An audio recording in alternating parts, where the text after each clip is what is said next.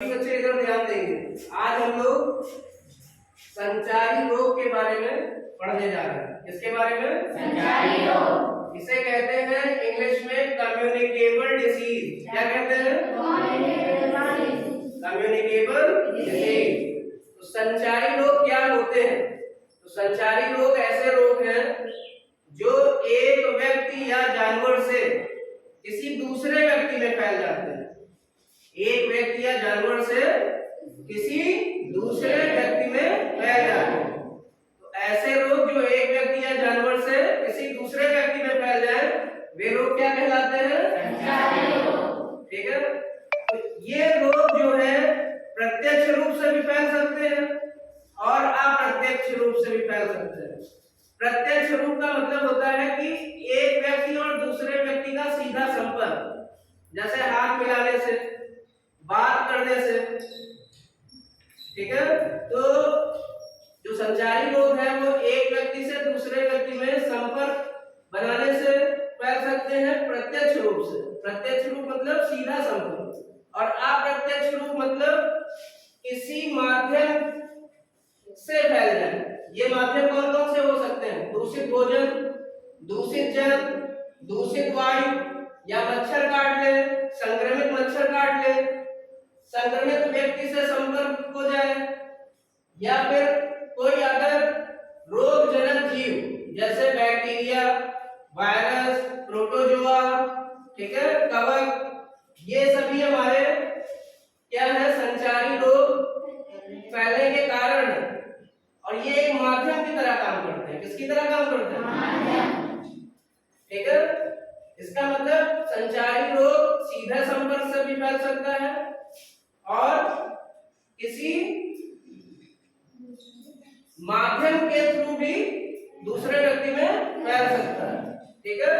तो संचारी रोग कौन कौन से होते हैं, आइए हम इनको जानें। जैसे डेंगू, मलेरिया, टीबी, फाइलेरिया, दिमागी बुखार, हैजा, खसरा, चेचक, स्वाइन फ्लू, कोरोना, जुकाम, टाइफाइड, एड्स, इन्फ्लुएंजा, ये सभी आपके क्या है? संचारी रोग। ठीक है। ये एक व्यक्ति या जानवर से दूसरे व्यक्ति में फैल जाते हैं, सीधे संपर्क से भी और बिना सीधे संपर्क से भी। ठीक है। तो संचारी रोग फैलने के क्या क्या कारण है? तो पहला है दूषित भोजन। आप अगर गंदा भोजन खाएंगे तो आपको क्या हो जाएगा? रोग या बीमारियां हो जाएंगी। तो क्या क्या हो सकता है? डायरिया हो सकता है या उल्टी की समस्या आ सकती है। दूसरा है दूषित जल।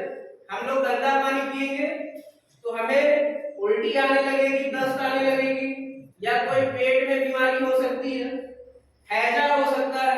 तो ये सभी बीमारियां किससे फैलेंगी? दूषित जल को पीने से। अगला है दूषित वायु। अगर हम दूषित वायु सांस जब लेते हैं तो हम लोग क्या करते हैं? ऑक्सीजन लेते हैं। ठीक है। जब दूषित वायु इनटेक करेंगे तो हमारे अंदर फेफड़े की समस्या आ जाएगी। फेफड़े में जो है समस्या आ जाएगी, हमें निमोनिया हो सकता है। क्या हो सकता है? इसी तरह मच्छर के काटने से भी, अगर मच्छर हमारा संक्रमित है तो मच्छर के काटने से क्या हो सकता है? मलेरिया हो सकता है। क्या हो सकता है? इसी तरह संक्रमित व्यक्ति से अगर सीधा संपर्क बनाएंगे तो इस तरह के संबंध बनाने से एड्स जैसी बीमारी हो सकती है। क्या हो सकता है? और कुछ रोगजनक जीव होते हैं जिनको पैथोजेंस भी कहते हैं। क्या कहते हैं? ये जैसे बैक्टीरिया, वायरस, कवक, प्रोटोजोआ, ये चार क्या है? रोगजनक जीव है। ये इसका मतलब संचारी रोग कैसे फैलेगा? बैक्टीरिया के कारण, वायरस के कारण, कवक या प्रोटोजोआ के कारण। अब बात करते हैं संचारी रोग से बचा कैसे जा सकता है। तो सबसे पहला काम क्या है? स्वच्छता। सबसे पहला काम क्या है? स्वच्छता। तो स्वच्छता को अपनाएं, संचारी रोग दूर भगाएं। ध्यान से सुने, स्वच्छता कैसे हो सकती है? सबसे पहले हम अपने आसपास के वातावरण को क्या रखें? साफ सुथरा रखें। कैसा रखें? साफ सुथरा। कैसे रख सकते हैं? डस्टबिन का प्रयोग करके। ठीक है। साफ सुथरा करके। और दूसरा, खाने से पहले हम लोग क्या करेंगे, साबुन से हाथ धो लेंगे। और जो जल पिए वो कैसा पिए, शुद्ध पिए। ठीक है, आपने देखा दूषित जल पीने से कौन कौन सी बीमारियां हो सकती हैं। ठीक है, या फिर और स्वच्छता कैसे हो सकती है, शौचालय का प्रयोग करके। कैसे, क्योंकि खुले में अगर शौच करेंगे तो बहुत तरह तरह की बीमारियां पैदा होती हैं। ठीक है, जैसे खुले में शौच करने से क्या क्या हो सकता है, बच्चों में कुपोषण होने लगता है। क्या होने लगता है, जब खुले में शौच होती है तो शौच के 1 ग्राम में लाखों बैक्टीरिया और वायरस उत्पन्न होते हैं, जिससे तरह तरह की बीमारियां उत्पन्न होती हैं। ठीक है, तो खुले में शौच नहीं करना चाहिए। तो हम लोग क्या प्रयोग करेंगे, शौचालय का प्रयोग करेंगे। और कैसे बचा जा सकता है, तो पहला हो गया स्वच्छता, दूसरा हो गया स्वच्छ पेयजल, तीसरा हो गया मच्छरों से बचाव। मच्छरों से बचाव कैसे कर सकते हैं, फुल आस्तीन के कपड़े पहन सकते हैं, तो मच्छरों से बचा जा सकता है। दूसरा, मच्छरदानी का प्रयोग करके। और संचारी रोग से कैसे बचा जा सकता है, चौथा पॉइंट है हमारा टीकाकरण। वैक्सीनेशन हम करा सकते हैं, जैसे कोरोना बीमारी थी तो उसके लिए वैक्सीन लग रही थी, तो टीकाकरण। पांचवा क्या है, अपने आसपास जल का भराव ना होने दें, क्योंकि आसपास जल का भराव होने से उसमें डेंगू मच्छर पनपते हैं। क्या पनपते हैं, डेंगू मच्छर अगर आपको काट लेगा तो आपको डेंगू की बीमारी हो जाएगी, क्योंकि वो एक वायरस होता है। क्या होता है, वायरस। तो अपने आसपास हमें कूलर में कहीं भी जल का भराव नहीं होने देना है, जिससे संचारी रोग से बचा जा सकता है।